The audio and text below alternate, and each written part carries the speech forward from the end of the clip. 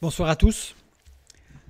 Ce soir, nous allons regarder d'un peu plus près un personnage biblique dont on parle assez peu, ou quand on en parle, c'est un peu toujours sous le même angle.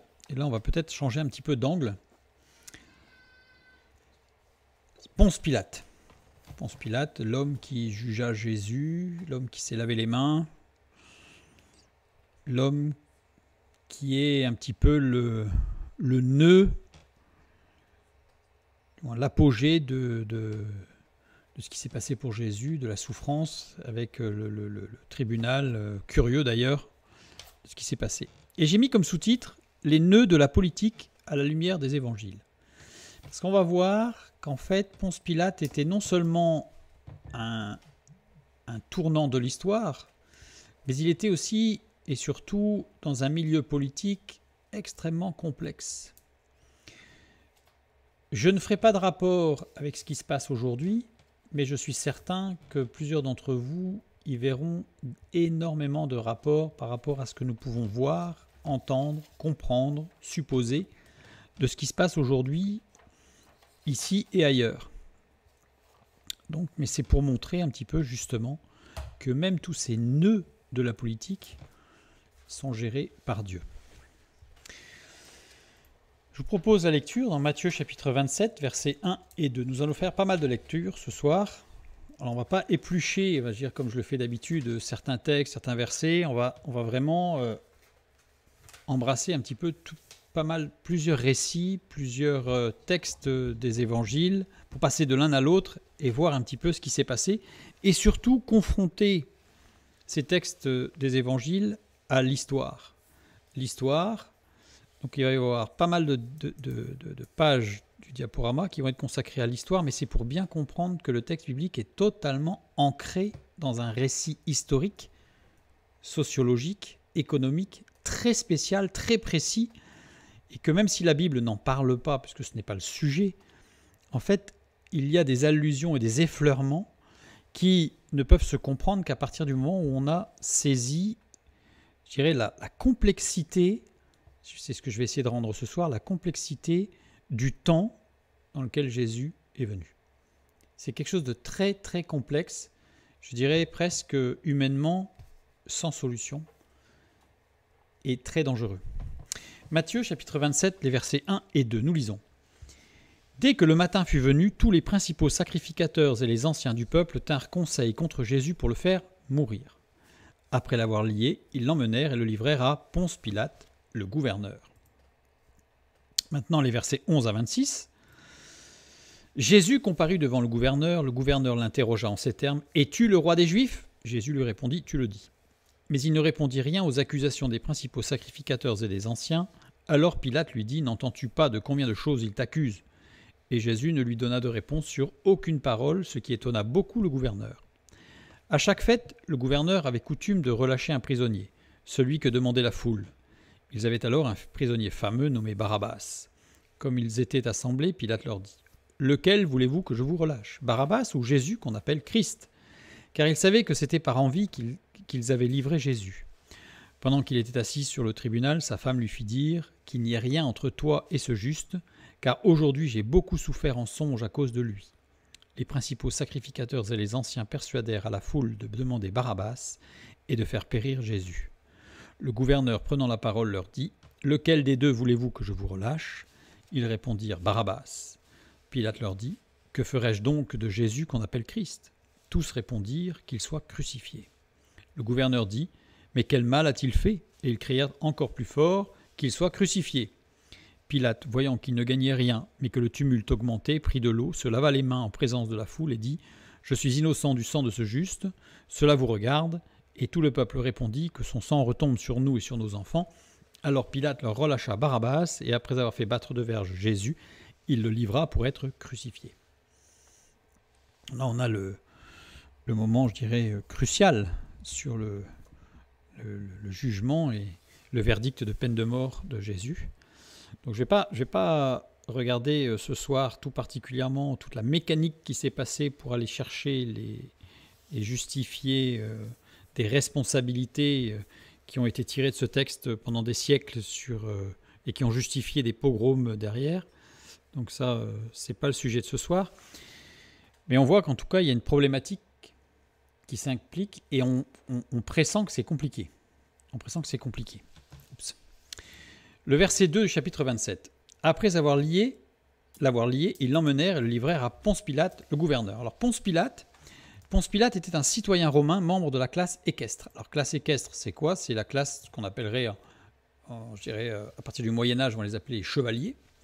Donc ces membres-là de la classe équestre sont nommés par le censeur, qui choisissait parmi les plus fortunés et les plus honorables des citoyens. Mais généralement, l'intégration se faisait par hérédité. C'est-à-dire que ça, c'est un peu dommage, puisque le principe, c'était que ce soit des gens qui soient nommés par le censeur, qui, on va le voir, étaient réélus tous les 5 ans. Or, très souvent, malheureusement, c'était par hérédité, donc ça ne garantissait pas quelqu'un d'honnête, alors que sinon, la nomination devait forcément se reposer sur quelqu'un d'honnête. Choix théoriquement remis en cause à chaque censure, c'est-à-dire tous les 5 ans. Un censeur était élu sans réélection possible, c'est-à-dire que le censeur ne pouvait pas se faire 2 mandats, le censeur ne pouvait en faire qu'un. Donc ça veut dire qu'il n'y ait pas de suite en se disant il est censeur, il est jeune, il va rester longtemps, donc c'est bon pour nous. Non, il ne pouvait faire qu'un seul mandat de 5 ans. Et donc il devait gérer les recensements de la population. Donc les censeurs sont arrivés une dizaine d'années avant Jésus-Christ, vers l'an 6, 7, 8, 10, enfin avant Jésus-Christ, c'est pas très très précis. Et ensuite, ils sont restés assez régulièrement, puisque l'une des problématiques de l'Empire romain était de connaître un petit peu les mouvements de population pour pouvoir gérer et anticiper surtout les révoltes ou autres.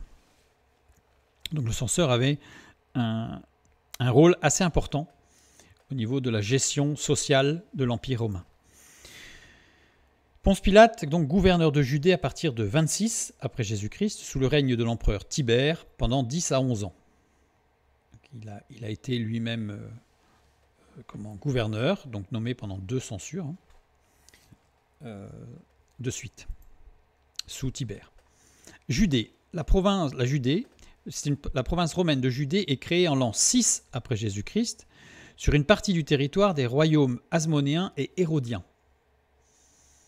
C'est-à-dire que Jésus n'est pas né dans une province romaine. Elle est devenue... Alors, il y avait quand même les Romains quand il est né. Ça, c'est pas le doute, il n'y a pas de doute. Mais elle n'est devenue province romaine, c'est-à-dire qu'il y avait des rois, en particulier Hérode le Grand et ses fils, Hérode Archéléus, dont il est parlé dans la parole, et ils ont été destitués en l'an 6. Donc la dynastie hérodienne a été destituée en l'an 6, et c'est les Romains qui ont imposé le pouvoir romain, avec un gouverneur romain. Profitant des divisions entre les Juifs, le général romain Pompée conquit la Samarie et la Judée en 63 avant Jésus-Christ. Un protégé des Romains qui s'appelait Hérode dit le Grand en profite pour faire assassiner la dynastie des Hasmodéens et devenir roi de Judée en l'an 37 avant Jésus-Christ. Donc il s'impose. Hérode le Grand partage son royaume entre 3 de ses fils, avant de mourir en l'an 4.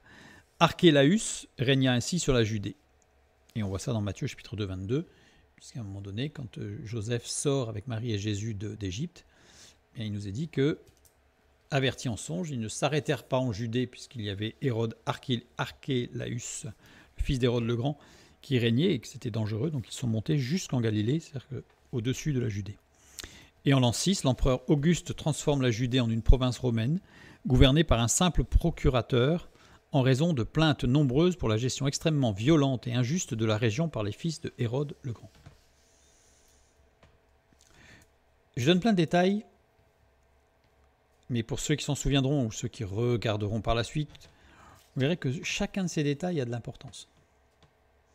Chacun de ces détails a de l'importance pour ce qui va se passer pendant le ministère de Jésus. Décontenancés par les croyances monothéistes des habitants, les Romains laissent ceux-ci libres de s'organiser comme ils l'entendent sous l'autorité de leur tribunal religieux, le Sanhédrin.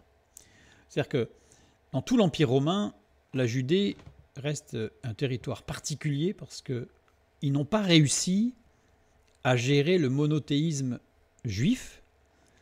On va en reparler un peu après. C'est très compliqué. Les Juifs sont prêts à se sacrifier pour leur Dieu et pour leur loi. Ce qui fait que les Romains ne vont pas réussir à imposer le polythéisme romain.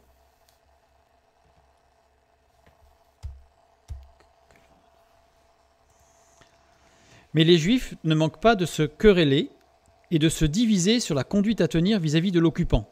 Les grands prêtres et le parti des pharisiens s'accommodent de l'occupation étrangère, tandis que dans les milieux populaires, la secte des zélotes appelle à la résistance et veut hâter la réalisation des promesses divines par la venue du Messie roi. Là aussi, tout ça, ça va avoir beaucoup d'importance. Et pour ceux qui ont vu ou qui se rappellent l'étude sur Judas Iscariote, Judas l'Iscarie, c'est-à-dire Judas le révolutionnaire, et en fait, on comprend ce qui se passe. Il y eut une première violente révolte en août 66, une deuxième de 115 à 117, qu'on appelle la guerre de Kittos, et une troisième de 132 à 135, qu'on appelle la révolte de Bar Koba. Donc ça, c'est après Jésus, hein, et c'est pour montrer que sous-jacent, il y a de la révolte et que le peuple c'est en ébullition dans la société. Donc la première révolte en 66 aboutit par la destruction de Jérusalem et du temple. Le temple de Jérusalem en 70 par l'armée de Titus. Donc à partir de 26, période où la tension au sein du peuple est très importante depuis plusieurs années. C'est-à-dire que Pilate arrive à un moment où le peuple juif est sous tension extrême.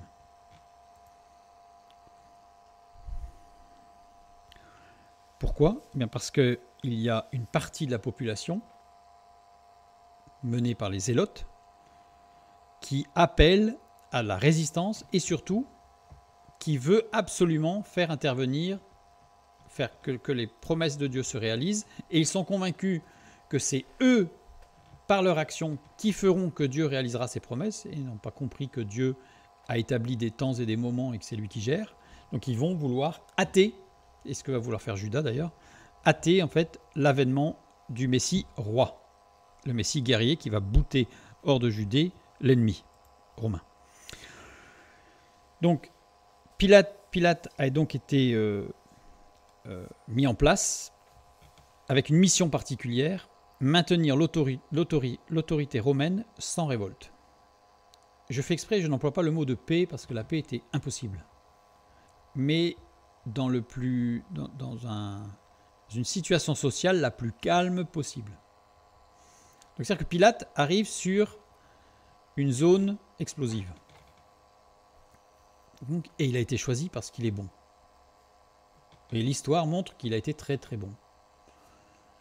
Ça ne veut pas dire qu'il a été agréable et qu'il n'a pas fait des choses qui ne sont pas tout à fait justes.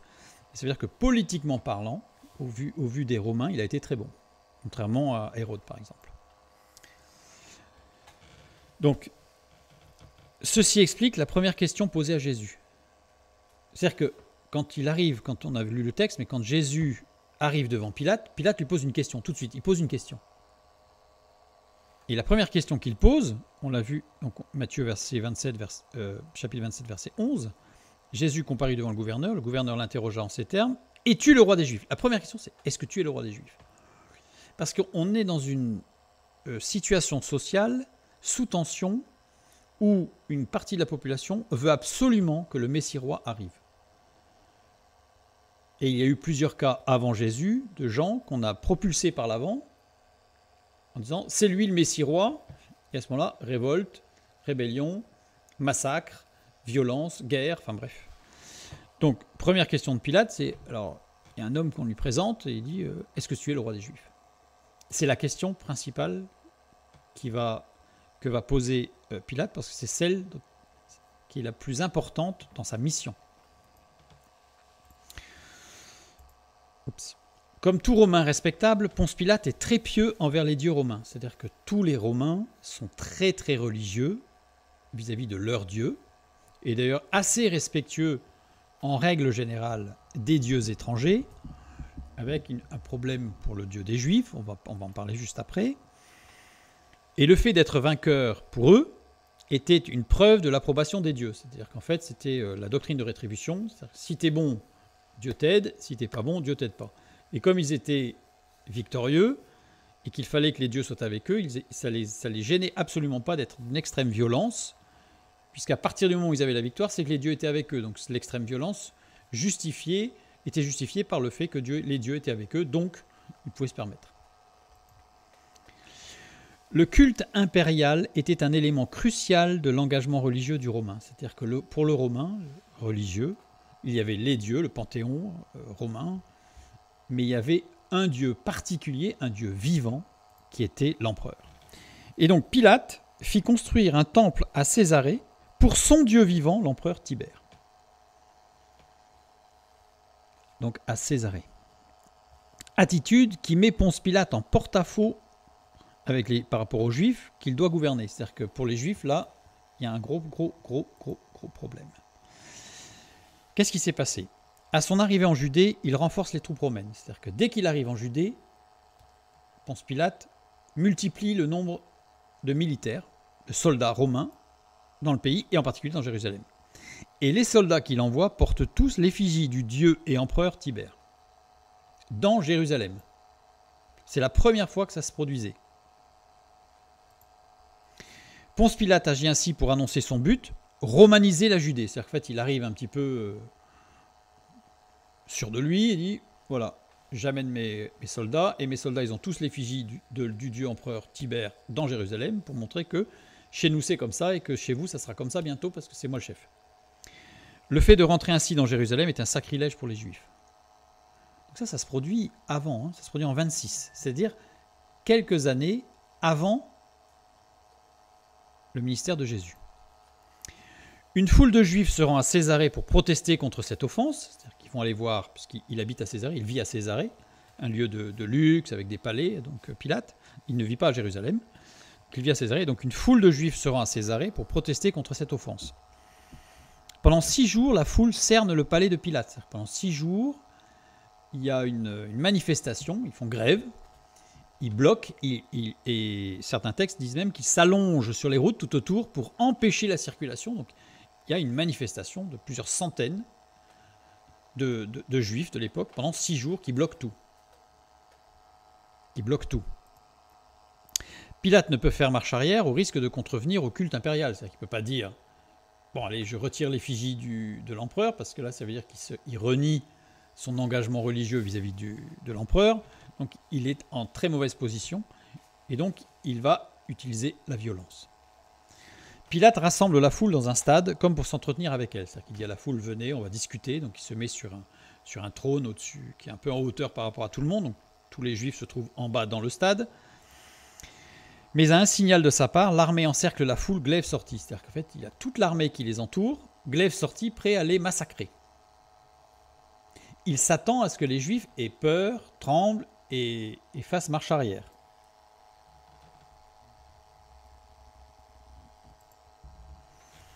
Mais la foule se met à genoux, prêt à mourir plutôt que devoir transgresser la loi. C'est-à-dire que là, Pilate, il est décontenancé. C'est la première fois dans l'Empire romain qu'on voit un peuple qui, sur des principes religieux, est prêt à mourir, sans même se battre. Donc là, Pilate va devoir faire marche arrière pour ne pas avoir un soulèvement général de la population, parce que si jamais il massacre tout le monde, c'est clair que la population derrière, c'est le soulèvement général. Donc là, Pilate va réfléchir en stratège, il va se dire que ce n'est pas possible, il faut faire marche arrière. Et il a été profondément blessé par cet échec cuisant. C'est-à-dire que là, Pilate, pour la première fois de sa carrière, s'est fait mal. Pilate réalise qu'il lui faut faire avec les autorités juives s'il veut gouverner dans le calme. C'est-à-dire qu'il ne peut pas utiliser le bras de fer permanent. Il ne pourra pas, il n'y arrivera pas. Pilate n'était pas du tout un homme facile à manipuler. J'ai donné cet exemple, parce qu'il y a d'autres textes romains qui nous parlent de l'époque, qui nous parlent de la manière dont Pilate a géré les choses. Et on se rend compte que Pilate n'est pas du tout un homme qu'on manipule facilement et qui ne va pas être impressionné par quoi que ce soit. Puisqu'il agit avec force. Mais en même temps, il est stratège. C'est-à-dire qu'il voit bien où sont les limites de la force. Pilate ne se laisse pas impressionner par une foule. Ce n'est pas parce qu'il a une foule devant lui en colère qu'il va bouger. Ça a duré 6 jours, ce qui est énorme pour l'époque. 6 jours. 6 jours de révolte. Pacifique, certes, mais ils ont tout bloqué à Césarée. Césarée qui était le lieu de la haute bourgeoisie. Ils ont tout bloqué. Tout ça, c'est juste pour souligner que souvent, le commentaire qu'on fait, c'est que Pilate, il a un peu peur de la foule quand c'est le jugement de Jésus, et donc il n'ose pas trop, mais il est indécis. Absolument pas. Tout le mandat, enfin les 2 mandats de Pilate, les documents historiques, montrent que c'était un homme, au contraire, à forte poigne, pas forcément violent pour la violence, comme Hérode le Grand, qui peut être stratège, mais qui n'hésite absolument pas à utiliser la force, comme on va le voir un peu plus tard. Matthieu 27, 2. Après l'avoir lié, ils l'emmenèrent et le livrèrent donc à Ponce Pilate, le gouverneur. Alors le gouverneur n'était pas un diplomate. L'objectif du gouverneur n'était pas la diplomatie. Bien sûr qu'il pouvait utiliser la diplomatie, mais il n'était pas diplomate. Le gouverneur était le commandant d'une troupe de soldats, donc c'était un militaire. Le gouverneur était aux ordres de l'empereur romain, direct. Le gouverneur avait une mission impérieuse, le calme. Alors dans certains pays, la mission c'était la paix. En Judée, c'était tellement compliqué la paix qu'on va dire le calme. Le territoire de Judée étant à la croisée de l'Orient et de l'Occident et de l'Afrique, il était impératif que la région reste calme pour assurer le maintien des échanges commerciaux. Il fallait absolument que ça reste calme parce que là on était sur une plaque tournante géographique, donc c'était la géostratégie. Il fallait absolument que la Judée reste calme pour que ça puisse continuer à être une plaque tournante pour l'Empire romain. Les gouverneurs qui précédèrent Ponce Pilate étaient violents. On le sait par les textes romains. Valerius Gratus, gouverneur de 15 à 26, donc celui qui précède Ponce Pilate, fit crucifier 200 personnes.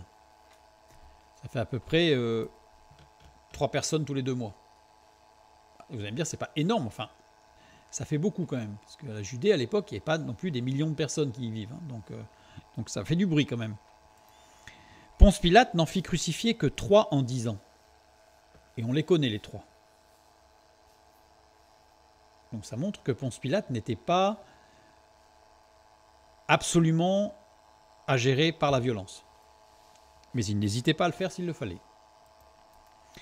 La littérature chrétienne apocryphe affirme qu'il aurait fait arrêter et crucifier les leaders du mouvement de Jean-Baptiste après son exécution, mais il n'y en a aucune trace dans les annales romaines. C'est-à-dire qu'en fait, les livres apocryphes qui sont arrivés après le 4e, 8e, 9e, 12e siècle affirment que Pilate était très violent et qu'il a tué, qu'il a massacré, qu'il a fait massacrer et crucifié pas mal de chrétiens ou de gens qui suivaient Jean-Baptiste, mais ce ne sont que des écrits apocryphes qui n'ont aucun fondement historique. Donc rien ne dit, au contraire, les annales romaines montrent que Pilate était un homme non pas mou et pas gentillet, mais qui n'était pas nourri de violence, mais qui n'hésitait pas, le cas échéant, à l'utiliser. Le gouverneur nommait les prêtres et souverains sacrificateurs. Ça, c'est très important. C'est-à-dire qu'en tant que gouverneur, c'est lui qui nommait les souverains sacrificateurs, les prêtres, donc toute la gente, je dirais, aristocratique de la région. Donc ça veut dire que on a un rapport de force qui va plutôt du gouverneur vers les religieux plutôt que les religieux vers le gouverneur. Parce que les religieux, s'ils se fâchent avec le gouverneur, eh bien, ils peuvent perdre leur place et être changés par quelqu'un d'autre. Alors que quand on a des commentaires, en général, on nous dit que Pilate, il avait peur des religieux. Alors, il avait une certaine crainte, on va le voir, parce qu'il ne fallait pas qu'il y ait de révolte. Or, les religieux étaient à des postes clés par rapport à la révolte, possible. Mais c'est lui qui pouvait à tout moment destituer un souverain sacrificateur ou un prêtre et en mettre un autre. Puisqu'il s'est produit à plusieurs fois d'ailleurs, à plusieurs reprises. Donc pour Pilate, Jésus est un problème. Jésus est même un gros problème. Vous allez voir pourquoi. Si Jésus défie la puissance romaine en annonçant un nouveau royaume qui doit supplanter Rome, alors c'est un révolutionnaire. Selon la loi romaine, il doit mourir. Si Jésus ne défie pas la puissance romaine, c'est-à-dire s'il ne dit pas que Rome doit quitter le territoire et qu'il faut bouter les Romains hors de Judée, alors ce n'est pas un révolutionnaire et il n'a rien à voir avec la loi romaine. J'exclus évidemment le fait qu'il soit voleur, brigand, etc. Mais vis-à-vis de la reconnaissance de l'autorité romaine.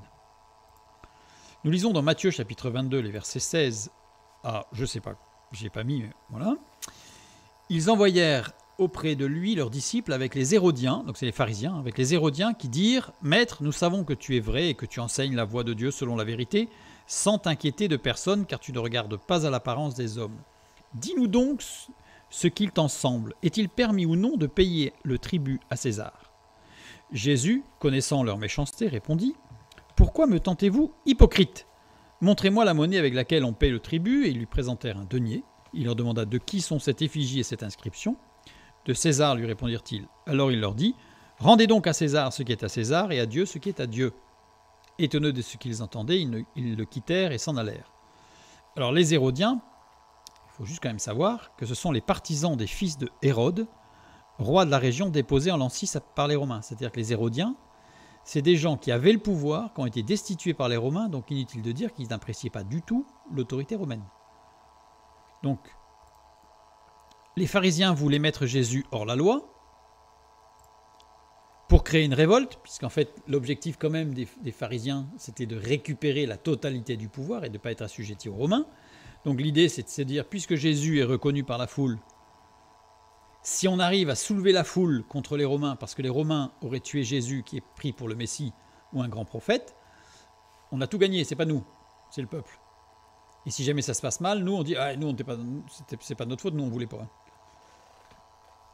Ce qui s'est produit déjà dans l'histoire. Et en plus, ils pouvaient se débarrasser de lui. Donc ils faisaient d'une pierre deux coups. Donc les pharisiens, l'objectif c'était de mettre Jésus hors la loi romaine. Les Hérodiens, eux, voulaient récupérer Jésus à des fins politiques. C'est-à-dire que les Hérodiens, eux, ce qu'ils voulaient, c'était récupérer le pouvoir qu'ils avaient perdu, puisqu'ils ont été destitués.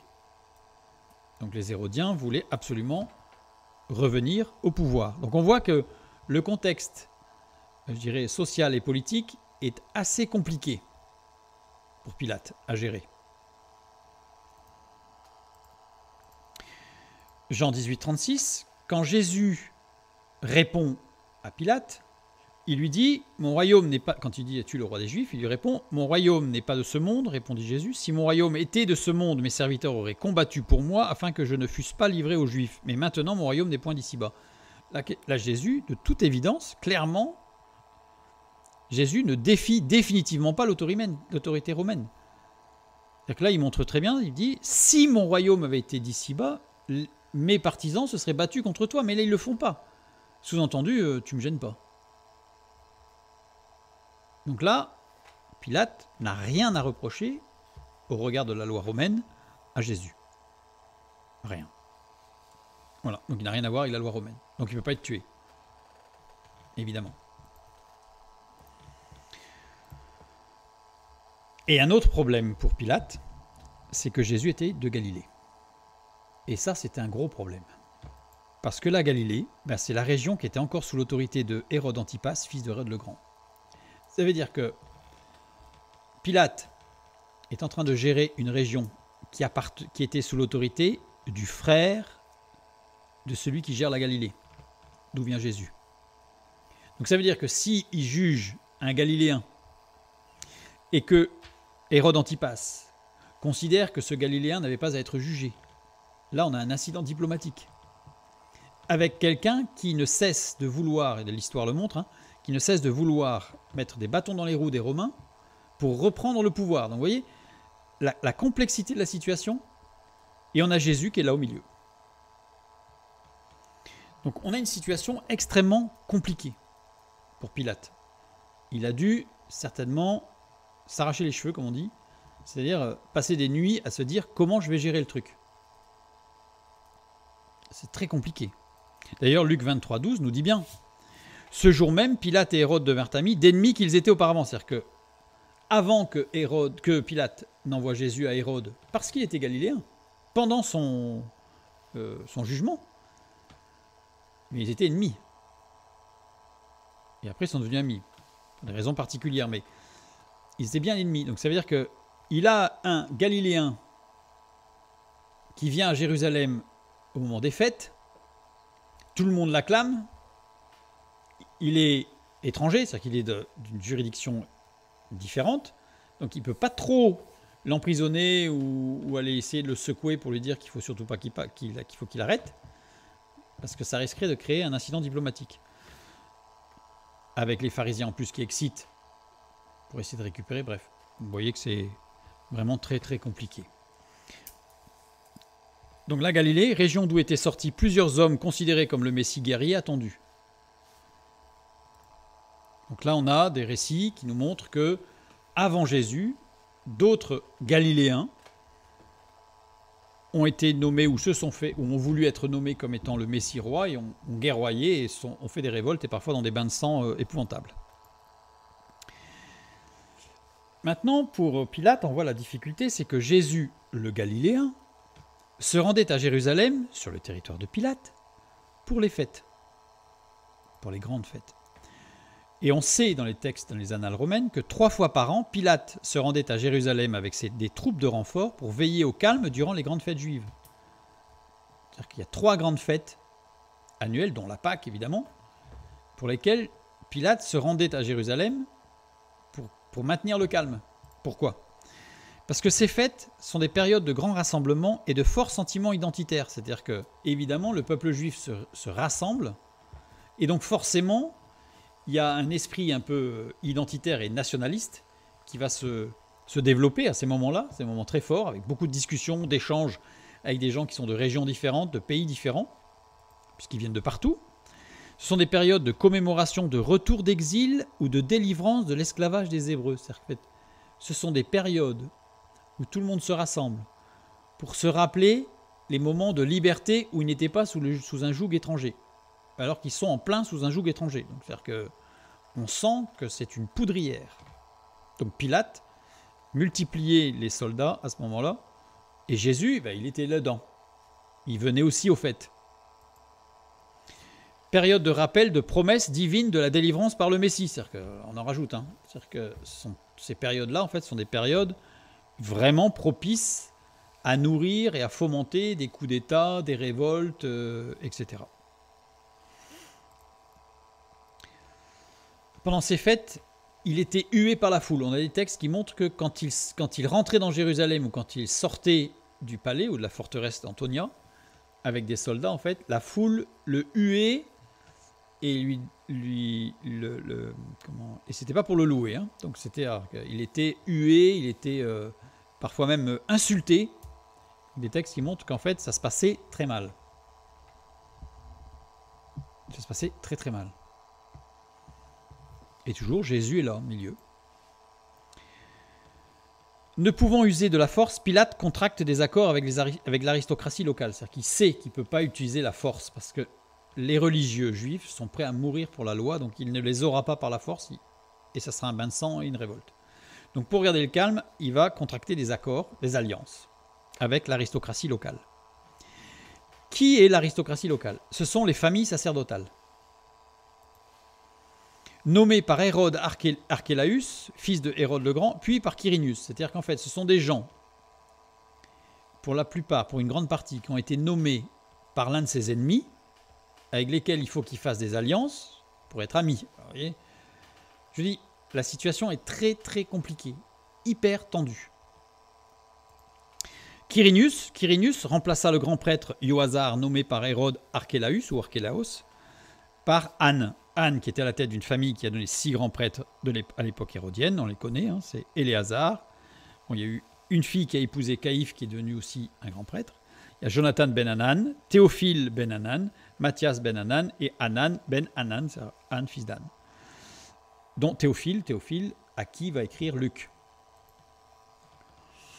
Donc, aussi, quand Jésus reproche l'hypocrisie des pharisiens, donc quand Jésus dit aux pharisiens hypocrites, mais il s'en prend à ceux que Pilate a nommés ou a reconduits et avec lesquels il a des accords. C'est-à-dire que Jésus ne s'en prend pas aux Romains, mais quand il dit à des pharisiens ou à l'aristocratie, on va dire, hypocrites, il attaque ceux avec qui Pilate a fait des alliances. Alors, quand on dit l'hypocrisie, qui comprend la collusion des prêtres avec l'autorité romaine, c'est-à-dire qu'il y a l'hypocrisie spirituelle, bien entendu, où vous faites ce que je dis, faites pas ce que je fais, tout ça, Jésus est suffisamment clair, mais il y a aussi une hypocrisie avec une collusion avec l'autorité romaine. Je vais donner un exemple. Pilate avait fait construire un immense aqueduc en le finançant, alors, certains textes disent totalement par les fonds du temple, d'autres largement par le fonds du temple, donc je vais mettre au moins partiellement par les fonds du temple, ce qui était formellement interdit par la loi, bien sûr, parce que les fonds du temple ne devaient servir qu'au service du temple. La révolte qui en résulta fut matée par la violence. On voit que là que ça ne l'impressionne pas, Pilate. Et comment il a fait? Pilate envoya des soldats déguisés en juifs qui, au signal de Pilate, isolèrent les meneurs, les frappèrent à coups de gourdin, en blessèrent beaucoup et tuèrent quelques-uns et en arrêtèrent d'autres. Voilà, donc c'est ce qu'on appelle une milice ou une police déguisée qui vient mater cette révolte, cette rébellion. Et d'ailleurs, ce qui est intéressant, c'est que Luc, s'adressant à Théophile, eh bien, il est le seul à parler des Galiléens dont Pilate avait mêlé le sang avec celui de leur sacrifice, puisque ce qui s'est passé dans cette révolte matée, à coups de gourdin, ben, c'était pendant une fête où il y avait des sacrifices. Et Luc, s'adressant à Théophile, qui fait partie de l'aristocratie, donc ceux qui avaient des accords avec Pilate, vous voyez, tout ça c'est très très lié en fait. Donc c'est-à-dire qu'il faut bien montrer que les évangiles sont très ancrés dans l'histoire contemporaine de l'époque, dans les problématiques politiques, sociales, économiques du moment. Donc parce que souvent, quand on parle des évangiles, ou quand on les lit, ou quand on entend certains commentaires, on a l'impression que les évangiles sont complètement décollés de la réalité du moment. C'est atemporel, c'est même à se demander si c'est pas sur un monde parallèle, quoi. Alors que pas du tout, les textes sont très ancrés dans des choses très réelles, avec une certaine résonance avec ce qui peut se passer aujourd'hui, ici et ailleurs, comme je l'ai dit en introduction. Donc c'est dans ce contexte que Jésus entre dans Jérusalem pour sa dernière Pâque.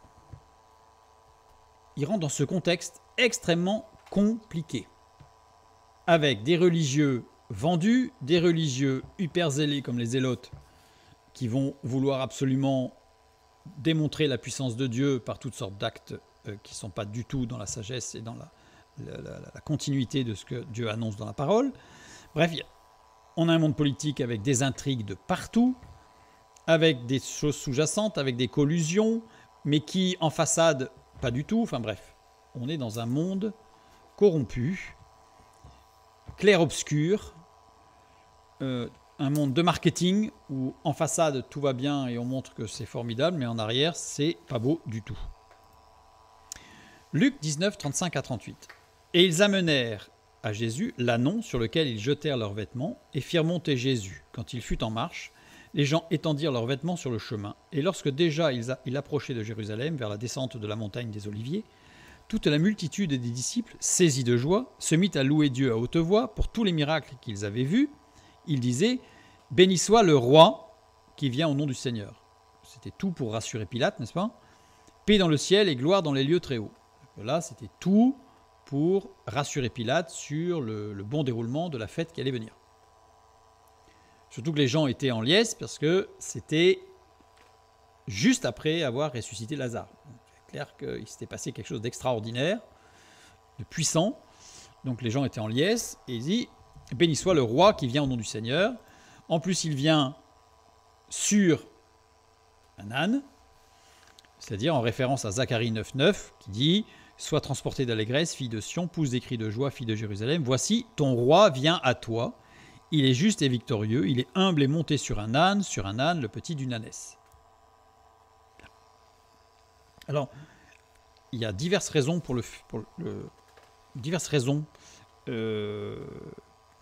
qui font que Jésus est rentré sur un âne. D'abord, l'âne, c'est un animal royal dans la parole de Dieu, puisque jusqu'à Salomon, tout se passait sur les ânes, et que les ânes étaient les montures de guerre, que les ânes, David rentrait à Jérusalem sur le dos d'un âne, Salomon aussi. Ce n'était pas du tout la monture de l'humble et pour l'humilité, mais c'était au contraire une monture royale, et a priori l'ânesse était blanche, si je suis les textes bibliques et prophétiques de l'Ancien Testament. Sachant que Matthieu nous montre aussi qu'il y avait deux ânes, c'est-à-dire qu'il y avait une ânesse et un ânon. Et en fait, là aussi, il y a une raison particulière, puisque le fait qu'il y avait deux ânes, en fait, c'est par rapport à des prophéties qui ont été établies par, on voit David, en fait, qui qui est rejoint par Méphibosheth avec 2 ânes. Enfin, il y a tout un... Donc voilà, Jésus a pu dire tout est accompli. Donc c'est pour ça qu'il y avait 2 ânes.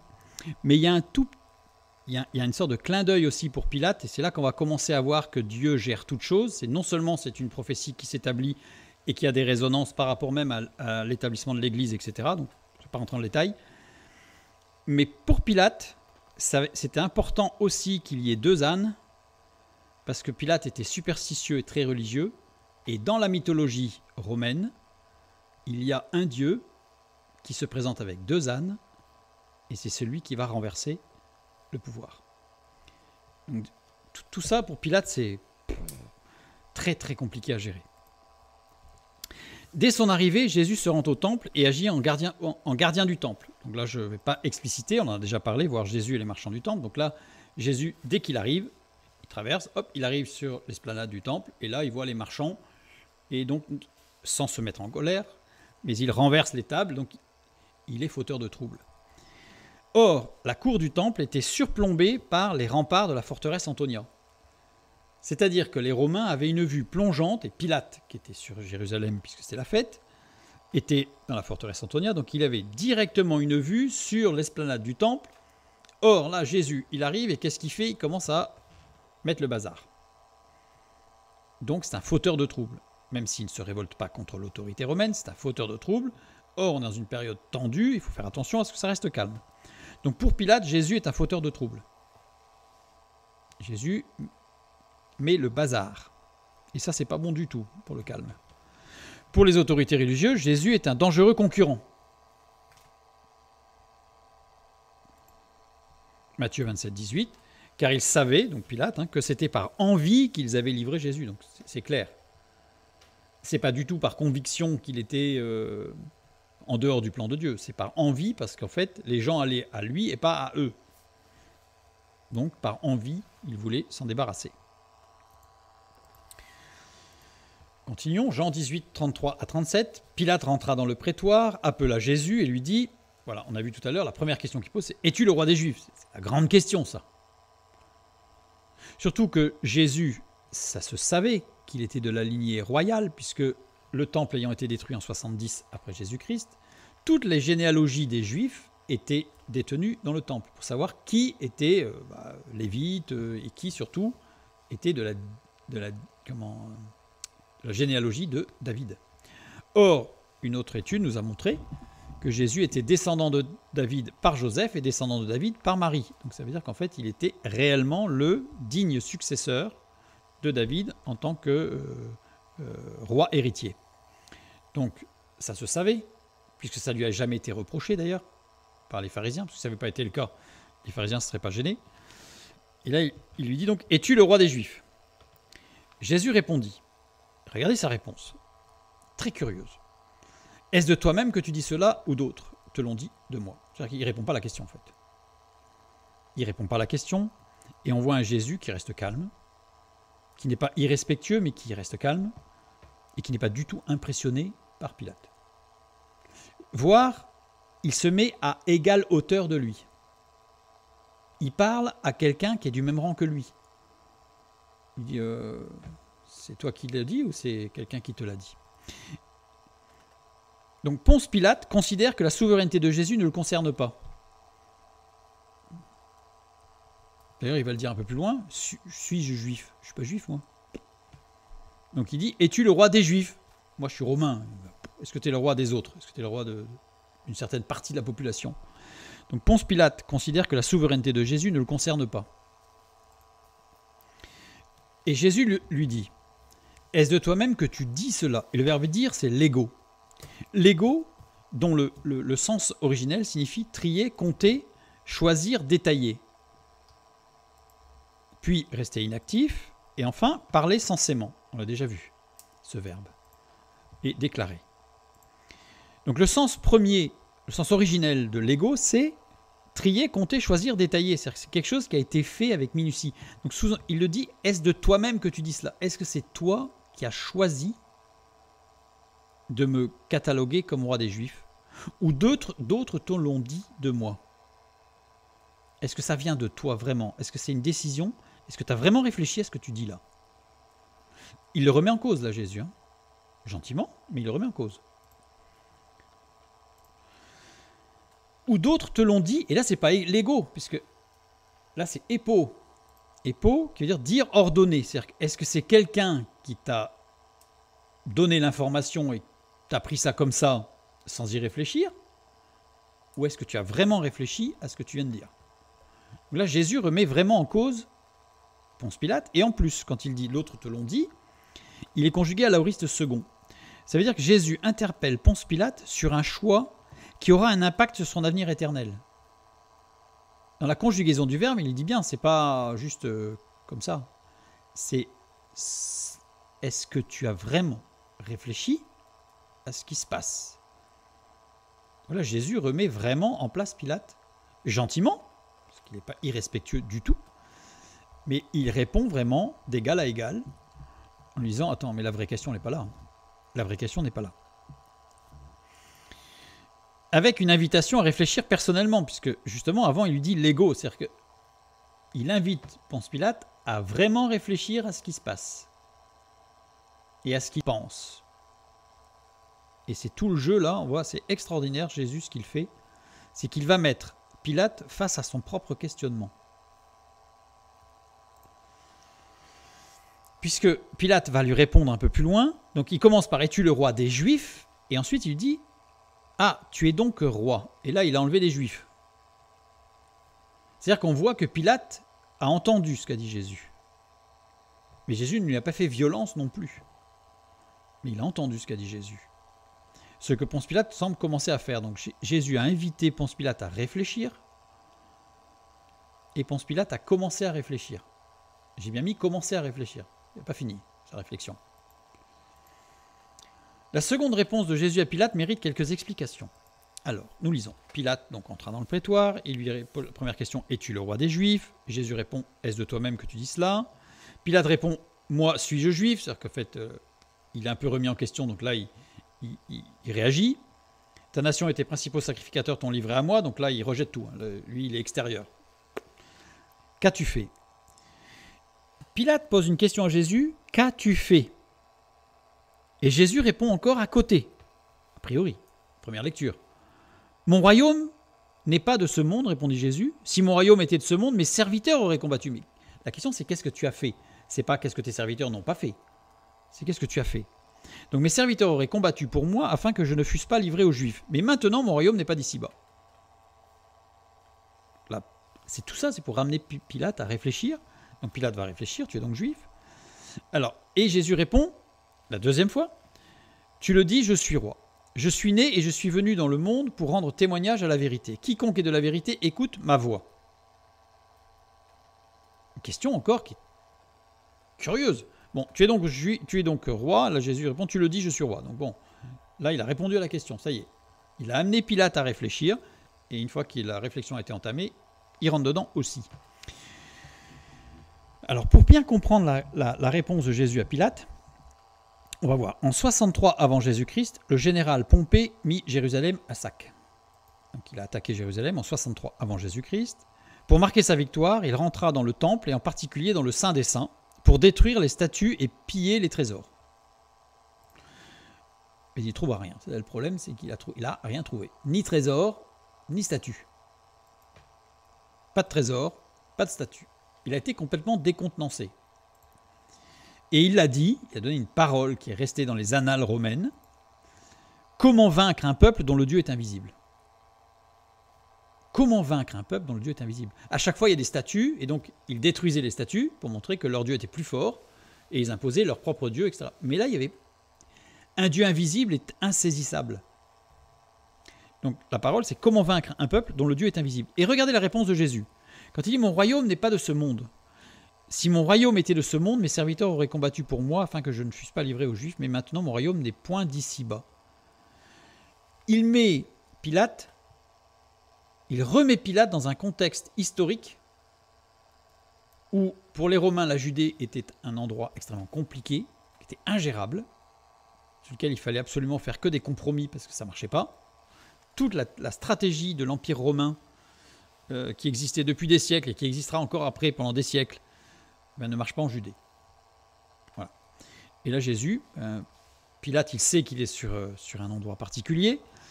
Il l'a expérimenté, on l'a vu tout à l'heure, avec l'histoire de l'effigie de Tibère.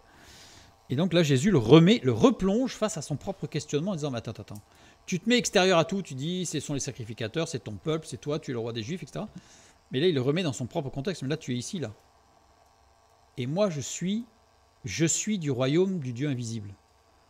Donc là, il le remet face à un autre questionnement. Pilate semble comprendre le message de Jésus. Donc on voit bien, es-tu le roi des Juifs? Juste après cette remarque, il dit, tu es donc roi. C'est-à-dire que là, ça y est, il a commencé à évoluer. Et Jésus ne répond pas à la question, es-tu le roi des Juifs? Jésus répond à la question, tu es donc roi. On voit, il l'a amené à réfléchir. Et quand la réflexion a vraiment commencé, il répond à la question. Pilate perçoit que la royauté de Jésus le concerne aussi, en fait. Petite parenthèse, remarquez que dans nos vies, c'est pareil. Dieu, bien souvent, nous amène dans des situations ou face à des situations, ou à des problèmes, ou à des lectures, ou à des informations, qui nous amènent à des questionnements, mais en fait, le questionnement en lui-même doit nous amener à réfléchir sur nous. La réflexion doit se porter sur nous-mêmes par rapport à Dieu. Et quand on va commencer à regarder à nous et Dieu, c'est-à-dire qu'on ne va pas être exclu, on va s'inclure dans la relation avec Christ, à ce moment-là, les réponses viendront pour continuer à nous faire cheminer dans notre propre questionnement et surtout dans les réponses. Donc on voit que Jésus va amener Pilate, ce stratège, cet expert en stratégie, eh bien Jésus va aller sur son terrain, mais pas du tout avec les mêmes armes et avec les mêmes techniques. Surtout que je ne l'ai pas mis, mais on voit, alors ça je trouve ça aussi très agréable en fait dans la lecture en grec, c'est que Jésus répondit, il est conjugué à la voix moyenne déponente. Ça veut dire que c'est le Saint-Esprit qui parle. Et sous-entendu, c'est le Saint-Esprit qui parle au travers de Jésus, mais c'est aussi le Saint-Esprit qui fait écouter Pilate. Vous voyez ce que je veux dire? C'est-à-dire que le Saint-Esprit, il agit aussi chez Pilate dans l'écoute. Il montre bien que tout est dans l'action de l'Esprit. Nous continuons avec ce texte et nous prenons la suite. Donc Jean 18, 33 à 37, nous l'avons lu. Quiconque est de la vérité écoute ma voix. Et le verset 38, Pilate lui dit, qu'est-ce que la vérité? Après avoir dit cela, il sortit de nouveau pour aller vers les Juifs et il leur dit, je ne trouve aucun crime en lui. Donc le fauteur de trouble, en fait, Pilate réalise que, parce que Jésus l'a amené à réfléchir, mais il l'a amené à réfléchir aussi au travers de tout le passé, toutes les expériences qui sont passées, et y compris les expériences politiques, qui étaient a priori incompréhensibles. Et en fait, Dieu a tout géré pour que Pilate réfléchisse. Pilate lui dit l'ego. Là, c'est une vraie réflexion. Là, c'est pas épaule, là, c'est l'ego. Là. Jean 19, 7 et 8, encore un peu plus loin. Les Juifs lui répondirent, nous avons une loi, et selon notre loi, il doit mourir, parce qu'il s'est fait fils de Dieu. Quand Pilate entendit cette parole, sa frayeur augmenta. Regardez la gradation. Es-tu le roi des Juifs? Jésus lui dit, mon royaume n'est pas de ce monde. Ah, donc tu es roi? Ça y est, il commence à réfléchir.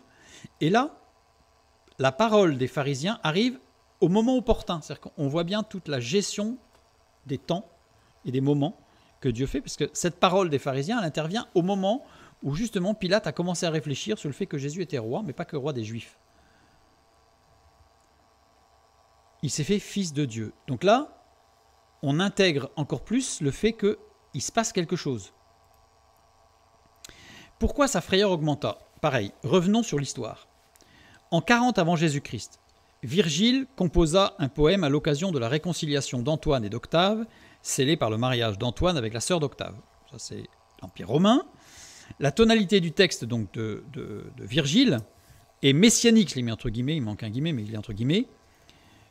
Du fils qui était attendu de cette union, le poète annonçait la fin des guerres civiles qui ensanglantaient Rome depuis des décennies et une nouvelle ère, donc une ère messianique, ça allait être formidable, formidable. Donc l'Empire romain entier attendait la naissance de ce fils qui serait le libérateur. Bon, l'espérance ne dura pas, car l'enfant attendu fut une fille. Donc la prophétie de Virgile n'en était pas une, c'était simplement un poète qui s'était lâché. À cette époque, le problème de Rome était de maintenir un contrôle sur l'ensemble de la Méditerranée. Or, les Parthes avaient réussi à installer un juif à leur dévotion, Antigone, pour gouverner la Judée depuis Jérusalem. Hérode s'est alors précipité à Rome, Hérode le Grand, et il a convaincu le Sénat qu'il était capable de rétablir l'ordre de cette portion de la Méditerranée. En 37, on l'a vu tout à l'heure, il arriva à Jérusalem, mit sur certaines monnaies l'étoile messianique de la prophétie de Balaam, nombre 24, et ses partisans, les Hérodiens justement, le virent comme le Messie promis. Donc Hérode le Grand s'est affiché comme étant le Messie promis. Et on comprend mieux sa réaction par rapport au fait quand les mages sont arrivés en disant ouais, on a vu qu'il y a une étoile, etc. Il s'est affiché comme étant le Messie, il ne fallait pas qu'il y en ait un autre qui arrive. Or, le titre de fils de Dieu est réservé à l'empereur. Et Hérode le Grand s'était attribué le titre de fils de Dieu. Mais Hérode le Grand, à l'époque, enfin, on est bien avant le fait que la Judée soit annexée et devienne une province romaine. Pilate, comme tous les Romains, était superstitieux. Cela ressemblait à un présage funeste. C'est-à-dire que en 40 et 37, un homme est arrivé en s'annonçant comme étant le Fils de Dieu, le Messie des Juifs, le roi des Juifs, et ça a engendré un bain de sang en 37, avant Jésus-Christ. Et là, il a en face de lui un homme qui vient de lui dire qu'il est dans un autre royaume, etc. Il commence à réfléchir, et là, les pharisiens arrivent et disent, il s'est fait Fils de Dieu. Donc là, résonance. Donc la frayeur, c'est que le calme, c'est fini. On va vers une guerre civile. On va vers une guerre civile, puisque ça, c'est les choses se répètent. Les choses se répètent. Donc on voit que Pilate, là, il est dans une situation de plus en plus délicate et difficile, entre sa réflexion personnelle et sa mission, je dirais, politique. Jean 19, 7 à 9. Les Juifs lui répondirent, nous avons une loi, donc selon cette loi, il doit mourir parce qu'il s'est fait Fils de Dieu. Donc, quand Pilate entendit cette parole, sa frayeur augmenta. Il rentra dans le prétoire et il dit à Jésus, d'où es-tu? Donc là, on voit que ça continue l'évolution. Es-tu le roi des Juifs? C'est extérieur, tu es là, bon voilà, c'est sur ce territoire, voilà. Tu es roi, donc là c'est beaucoup plus large. Maintenant, d'où es-tu? Il commence à intégrer que Jésus, là, il n'est pas de ce monde. Jésus lui a dit, hein, mais il faut que ça chemine. La question de Pilate n'est plus, es-tu le roi des Juifs? La question de Pilate n'est plus, es-tu roi? La question de Pilate, c'est, d'où es-tu? D'où es-tu? Jean 19, 10 à 12. Pilate lui dit, est-ce à moi que tu ne parles pas? Donc ça c'est quand Pilate est arrivé à un point où il doit prendre une décision, Jésus ne parle plus. Il a les éléments nécessaires. Ne sais-tu pas que j'ai le pouvoir de te crucifier et j'ai le pouvoir de te relâcher? Et Jésus lui répond, tu n'aurais sur moi aucun pouvoir s'il ne t'avait été donné d'en haut. C'est pourquoi celui qui me livre à toi commet un plus grand péché. Dès ce moment, Pilate cherchait à le relâcher. Mais les Juifs criaient, si tu le relâches, tu n'es pas ami de César. Quiconque se fait roi se déclare contre César. Regardez l'évolution. C'est pourquoi celui qui me livre à toi commet un plus grand péché. Je ne vais pas étudier le plus grand péché. Ce serait un sujet à part. Mais en tout cas, plus grand, ça veut dire qu'il est pécheur. Jésus continue la démarche de vérité et de lumière pour Pilate et il lui annonce qu'il est pécheur comme les autres. En fait, on voit tout le cheminement que Jésus a eu face à cet homme politique, cet homme de guerre, cet homme de stratégie. Et c'est très représentatif de la manière dont Dieu gère nous aussi. C'est-à-dire qu'il va nous faire cheminer jusqu'à ce qu'on soit mis face à notre propre questionnement. Matthieu 27, 19. Pendant qu'il était assis sur le tribunal, sa femme lui fit dire « Qu'il n'y ait rien entre toi et ce juste, car aujourd'hui j'ai beaucoup souffert en songe à cause de lui. » Dieu montre sa souveraineté à Pilate. Complète. Toutes les circonstances politiques, économiques, religieuses, depuis qu'il est dans le monde politique, montrent que Dieu gère. C'est-à-dire qu'en fait, Pilate voit que tout ce qui s'est passé, Jésus est en train de lui mettre en évidence que Jésus, ce qu'il fait, ce qui se passe, ce qu'il est, en réalité, n'est pas une répétition comme la roue qui tourne, comme diraient les Grecs, des événements, mais qu'en réalité, tout a été préparé. Un, pour l'accomplissement, évidemment, de la parole de Dieu et de Jésus Messie qui vient pour chacun des hommes en particulier, mais aussi pour Pilate.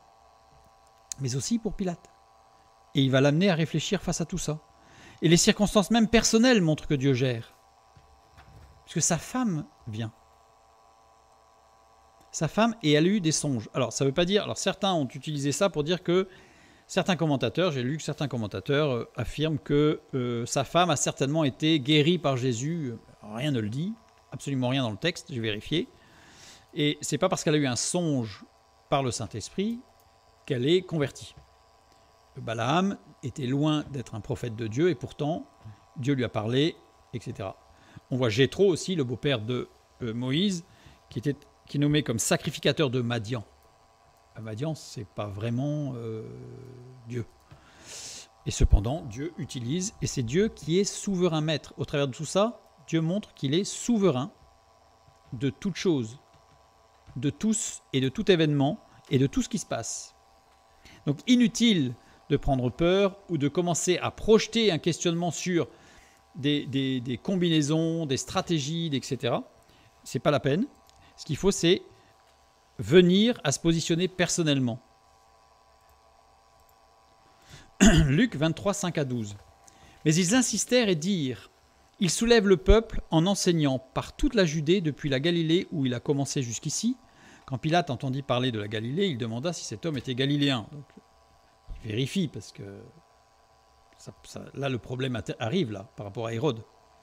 Et ayant appris qu'il était de la juridiction d'Hérode, il le renvoya à Hérode, qui se trouvait aussi à Jérusalem en ces jours-là. Évidemment, c'était la fête de Pâques. Lorsque Hérode vit Jésus, il en eut une grande joie, car depuis longtemps il désirait le voir à cause de ce qu'il avait entendu dire de lui, et il espérait qu'il le verrait faire quelques miracles. Il lui adressa beaucoup de questions, mais Jésus ne lui répondit rien. Les gardes, les principaux sacrificateurs et les scribes étaient là, et l'accusaient avec violence. Hérode, avec ses gardes, le traita avec mépris, et après s'être moqué de lui et l'avoir revêtu d'un habit éclatant, il le renvoya à Pilate. Ce jour même, Pilate et Hérode devinrent amis d'ennemis qu'ils étaient auparavant. Remarquez que tout tourne autour de la royauté de Jésus et la souveraineté de Jésus. C'est pas du tout que c'était à la limite un fauteur de troubles, etc. C'est à chaque fois, c'est sa royauté qui est mise en exergue. Marc 15, 6 à 12. À chaque fête, il relâchait un prisonnier, celui que demandait la foule. Il y avait en prison un nommé Barabbas avec ses complices pour un meurtre qu'ils avaient commis dans une sédition. La foule étant montée, se mit à demander ce qu'il avait coutume de leur accorder. Pilate leur répondit, « Voulez-vous que je vous relâche le roi des Juifs ?» Car il savait que c'était par envie que les principaux sacrificateurs l'avaient livré. Mais les chefs et les sacrificateurs excitèrent la foule afin que Pilate leur relâchât plutôt Barabbas. Pilate, reprenant la parole, leur dit, « Que voulez-vous donc que je fasse de celui que vous appelez le roi des Juifs ?» Celui que vous appelez le roi des Juifs. C'est-à-dire que pour Pilate, il sait très bien que Jésus n'est pas le roi des Juifs. Il sait très bien que Jésus est le roi. Remarquez que même encore aujourd'hui, la souveraineté de Christ, de Dieu, est mise à mal, y compris dans le monde chrétien. Y compris dans le monde chrétien où on ne parle plus de la souveraineté totale de Dieu, mais d'une souveraineté que Dieu aurait... Alors, certains osent dire que Dieu aurait transmis son autorité à Satan et aux hommes. La seule chose,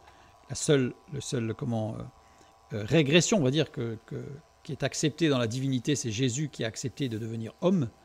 Mais il n'y a aucune autre possibilité. L'autorité de Dieu reste à Dieu. Dieu ne se démunit pas de son autorité, bien entendu.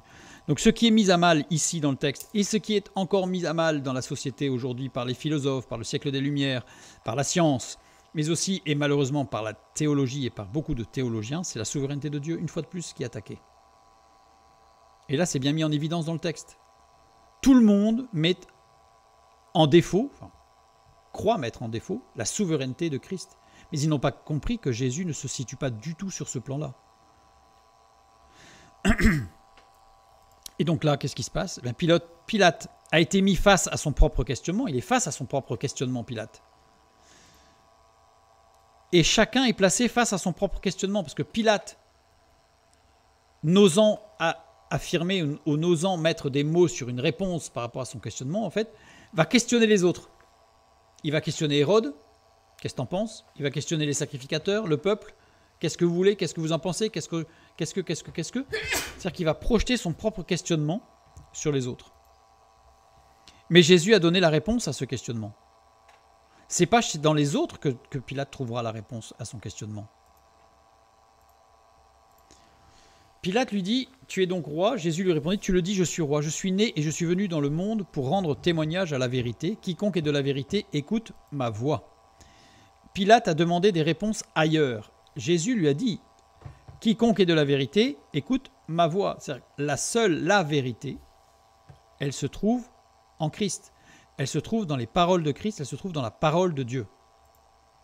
Hérode ne lui donna qu'une réponse, mais pas la réponse. C'est-à-dire qu'Hérode lui a donné une réponse.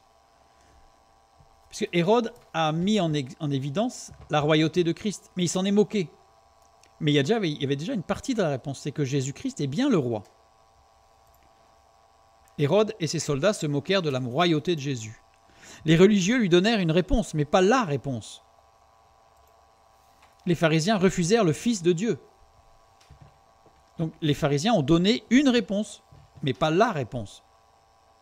La réponse, c'est que Jésus-Christ est le Fils de Dieu, le souverain maître de toutes choses. La foule lui donna une réponse, mais pas la réponse encore. Pourquoi ? Puisque nous voyons dans Jean chapitre 18, versets 39 et 40. Mais comme c'est parmi vous une coutume que je vous relâche quelqu'un à la fête de Pâques, voulez-vous que je vous relâche le roi des Juifs ? Alors de nouveau tous s'écrièrent, non pas lui, mais Barabbas. Or Barabbas était un brigand. Barabbas s'appelait en réalité Jésus Bar Abbas, c'est-à-dire Jésus le Fils du Père. Et Jésus est le Christ. Jésus est le Christ, c'est-à-dire Jésus loin, j'ai une faute là. L'onction était pour le roi, l'onction était pour le sacrificateur. La réponse est en Jésus-Christ lui-même. Toutes les circonstances politiques, économiques, sociales, tout ce qui se passe, tout ce qui s'est passé au temps de Jésus et tout ce qui se passe aujourd'hui, en réalité sont toutes gérées par Dieu, qui est le souverain. Vous avez le droit, vous pouvez, si vous le souhaitez, mettre en doute la souveraineté de Dieu et dire que c'est les hommes qui gèrent et que c'est Satan qui gère. Mais là, vous êtes dans une réponse qui est fausse. Parce que Dieu est le souverain maître de toutes choses. Pour amener chacun à faire face à ses propres questionnements. Et les réponses ne se situeront pas dans regarder des signes qui se trouvent au niveau du soleil, de la lune, ou du monde politique, ou des tremblements de terre, ou de ceci ou de cela. Mais les réponses à ce questionnement, ces questionnements ne trouvent réponse qu'en Jésus-Christ, que dans la parole de Dieu. Et Pilate, on ne sait pas ce qu'il a fait par la suite de ça. Alors il y a des écrits qui disent que Pilate a été muté, etc. Dans les annales romaines, on perd sa trace. C'est-à-dire dans les annales romaines, on ne sait pas. Certains disent que Pilate s'est retrouvé dans le sud de la France, sous l'Empire romain toujours, mais pour gouverner une région de la Gaule, et qu'il se serait... Alors certains disent qu'il se serait suicidé, enfin bref. Tout ça, il n'y a pas de preuves, il n'y a pas de traces historiques de tout ça. La seule chose que l'on sait, c'est qu'on perd sa trace, donc c'est comme s'il avait disparu de la circulation. Pour un gouverneur romain, c'est quand même étrange, mais on ne sait pas ce qu'il a fait de ce questionnement, et ça, c'est propre à la vie de Pilate. En tout cas, ce que ce texte nous montre, et ce que j'ai voulu mettre en évidence ce soir, c'est que toutes les circonstances extrêmement complexes, incompréhensibles, nouées, obscures, sans véritable solution de l'époque, toutes ces intrigues politiques, économiques, sociales, religieuses, spirituelles, tout ce qu'on veut, ont toutes été gérées par Dieu au millimètre près, je pourrais dire, pour amener chacun à l'époque et encore aujourd'hui, et pour amener chacun à faire face à ses propres questionnements par le Saint-Esprit. Et ces questionnements ne trouveront réponse qu'en Jésus-Christ, pas dans tout ce qu'on pourrait observer, chercher à comprendre, dans des choses que de toute façon nous ne saisirons jamais. Que Christ soit notre souverain maître total sur notre vie et qu'il ne soit pas le roi des Juifs ou le roi des je ne sais pas quoi, ou des autres en tout cas, et qu'il soit notre roi à nous, et qu'il soit fils de Dieu. Et à ce moment-là, nous aurons les réponses à toutes nos questions. Que Dieu vous bénisse et à bientôt.